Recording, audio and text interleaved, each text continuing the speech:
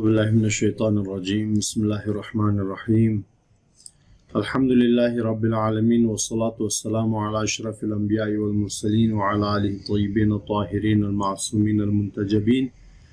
ولعنۃ اللہ علی اعدائہم اجمعین من یومنا ھذا الی لقاء یوم الدین اما بعد۔ ناظرین محترم، النور چینل کے توسط سے گزشتہ کچھ مدت سے ہم شناخت الہی، شناخت خداوند کے بارے میں گفتگو کر رہے ہیں اور ہمارے گفتگو کا سلسلہ پہنچ چکا تھا عدل الہی تک۔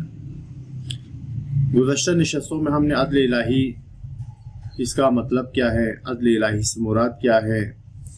اور خدا کے عادل ہونے کے دلائل کیا ہیں، ان تمام دلائل کی طرف ہم نے اشارہ کیا تھا۔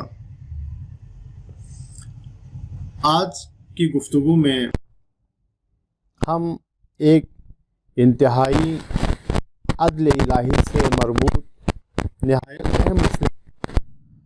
اشارہ کرنا چاہیں گے کہ وہ لوگ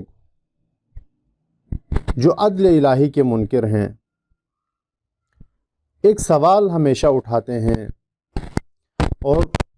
اسی سوال کے ذریعے سے عدل الہی کا انکار کرتے ہیں۔ عدل الہی کے منکرین اسی ایک سوال کو بنیاد بنا کر خدا کے عادل منکر ہیں، یا بعض دفعہ اسی بنیادی سوال کے ذریعے سے جو مادی گراں ہیں، جو میٹیریلسٹ ہیں، وہ پورے وجود خدا کا انکار کر دیتے ہیں۔ تبھی تو آپ اگر عقائد اور اعتقادات سے مربوط کتابوں میں دیکھیں گے تو اس سوال کو کبھی وجود خدا کی بحث میں کیا جاتا ہے اور بعض دفعہ اس عدل الہی سے مربوط موضوعات میں اسے زیر بحث لایا جاتا ہے۔ خلاصہ ہم اس سوال کو عدل الہی میں بیان کریں گے اور اس کا جواب دینے کی کوشش کریں گے۔ جو لوگ عدل الہی کے منکر ہیں وہ خدا کے عادل نہ ہونے کے لیے جو اپنی دلیل لاتے ہیں، جو اپنی دلیل پیش کرتے ہیں، وہ دنیا میں آنے حوادث جیسے سیلاب، طوفان، کالی، تیز آندھی، کسی کو امیر بنایا ہے، کسی کو غریب بنایا ہے، یا اسی طرح انسانوں پر آنے والی بیماریاں، کوئی طاعون آ گیا، ابھی موجودہ دور میں کورونا کی شکل میں جو بیماری پھیلی جس نے ہزاروں لوگوں کی جان لے لی، جو جانوروں پر بیماریاں آتی ہیں، اسی طرح نباتات، حیوانات، جمادات، ان پر آنے والے تمام مصائب کو بنیاد، تمام مسائل کو، تمام بلاؤں کو، تمام آفتوں کو، آفات زمینی، آسمانی آفات کو بنیاد بنا کر وہ عدالت خدا پر اعتراض کرتے ہیں، انگلی اٹھاتے ہیں اور کہتے ہیں کہ یہ خدا کی کیسی عدالت ہے، یہ کیسا عادل ہے جو اتنے لوگوں کو آزماتا ہے، اتنے لوگوں کی جانیں لیتا ہے، اتنے لوگوں کو متاثر کرتا ہے، اتنے لوگوں کو بے گھر کر دیتا ہے، ان سے مال چھین لیتا ہے، ان پر مصیبتیں لا دیتا ہے، ان کو بیمار کر دیتا ہے، صحت جیسی نعمت ان سے چھین لیتا ہے، تو یہ کیسی عدالت؟ اسی مسئلے کو بنیاد بنا کر عدالت الہی کے وہ لوگ منکر ہو جاتے ہیں۔ جبکہ اگر ہم اس کے جواب کے بارے میں دیکھیں، اگر ہم خود اس سوال میں غور کریں تو معمولی سی دقت کرنے کے بعد یہ سوال ایک بے بنیاد سا سوال بن جاتا ہے۔ اس سوال کی کوئی حیثیت نہیں رہتی، یہ اعتراض ہی نہیں رہتا۔ کیوں؟ اس کے 3 جوابات ہم آپ کی خدمت میں پیش کریں گے۔ پہلا جواب یہ ہے کہ ہم ان آفتوں کو آفت ہی کیوں سمجھتے ہیں؟ یہ اس کا سوال ہے۔ کیا یہ آفتیں جسے ہم آفت سمجھتے ہیں کیا حقیقت میں بھی آفت ہیں؟ کیا یہ بلائیں جسے ہم بلا سمجھتے ہیں حقیقت میں بھی کیا یہ بلائیں ہیں؟ سب سے پہلے ہم نے اس سوال پر گفتگو کرنی ہے، اس پر بحث کرنی ہے، اس کے بارے میں سوچنا ہے۔ اگر ہم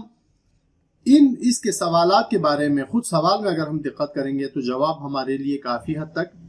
آسان ہو جائے گا۔ تو میری نظر میں علماء فرماتے ہیں، کتابوں میں موجود ہے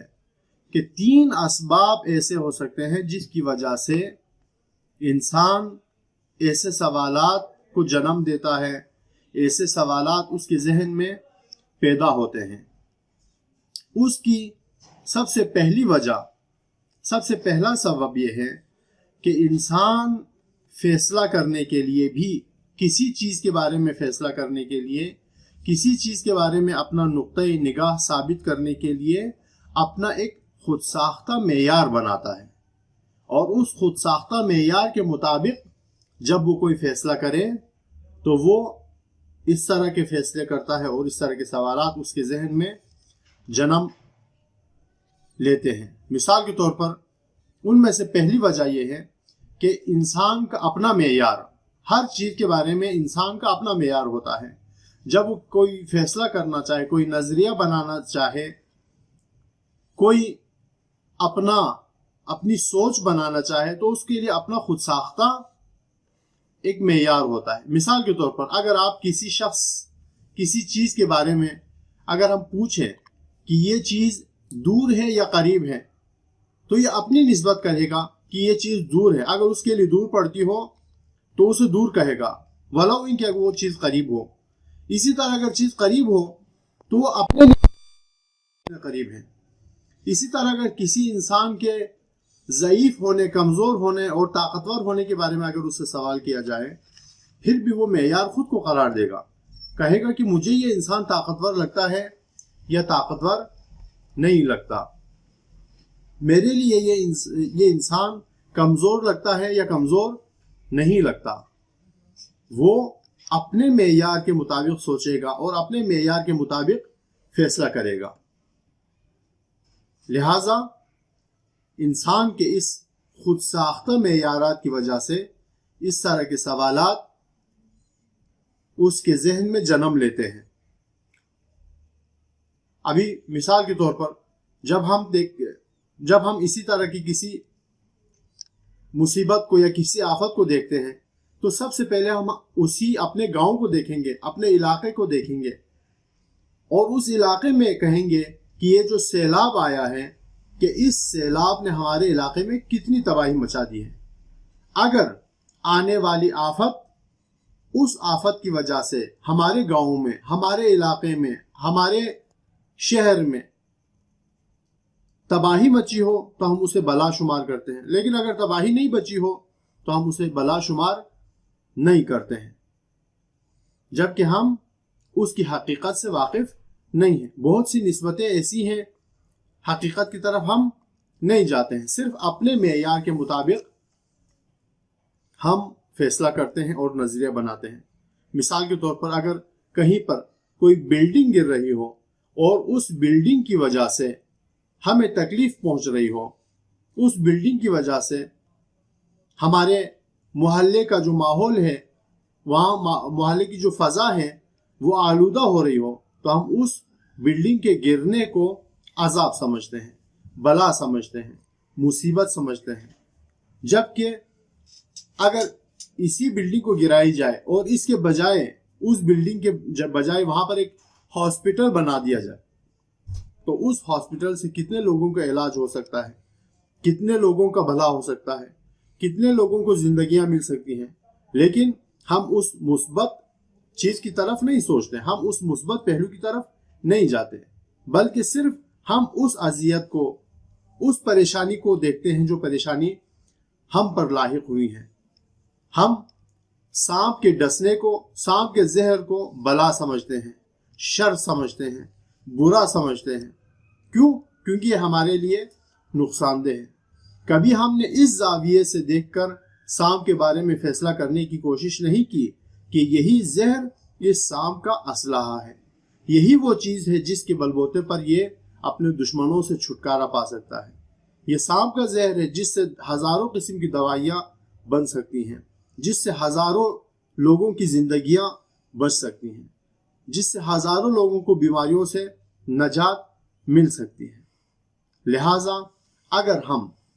اس طرح کے سوالات سے چھٹکارا حاصل کرنے کی کوشش کریں، اگر ہم چھٹنا چاہیں، اس طرح کے سوالات کے جنم لینے سے اپنے آپ کو روکنا چاہیں، تو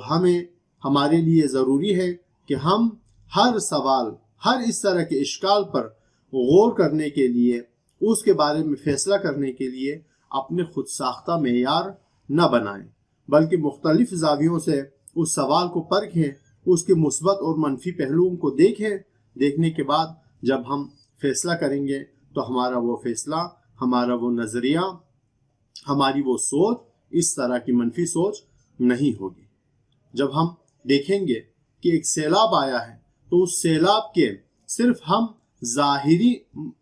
اس کے نقصانات کو نہ دیکھیں، بلکہ اس سیلاب کے پس پردہ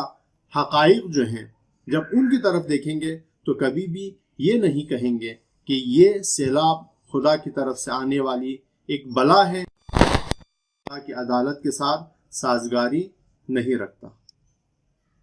انہی الفاظ کے ساتھ اجازت چاہتے ہیں، آج کی گفتگو یہیں پر روکتے ہیں۔ اگلی گفتگو میں دوسری وجہ کی طرف ہم اشارہ کریں گے۔ والسلام علیکم ورحمۃ اللہ وبرکاتہ۔